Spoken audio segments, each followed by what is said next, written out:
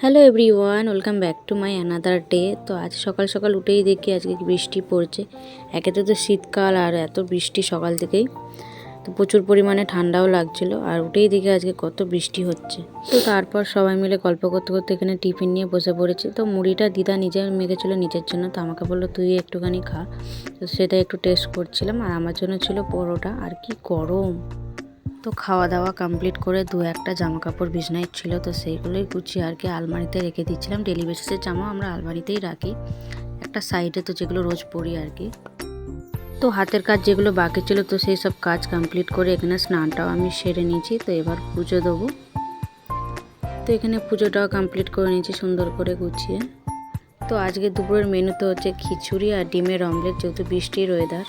তো সন্ধ্যেবেলা এখানে চাউমিন নিয়ে বসে পড়েছিলাম, আমি আর কি বানিয়েছিলাম চাউমিনটা। সো ফাইনালি আজকের মিনি ব্লগটা এটুকুই, দেখা হচ্ছে অন্য কোনো মিনি ব্লগে। টাটা।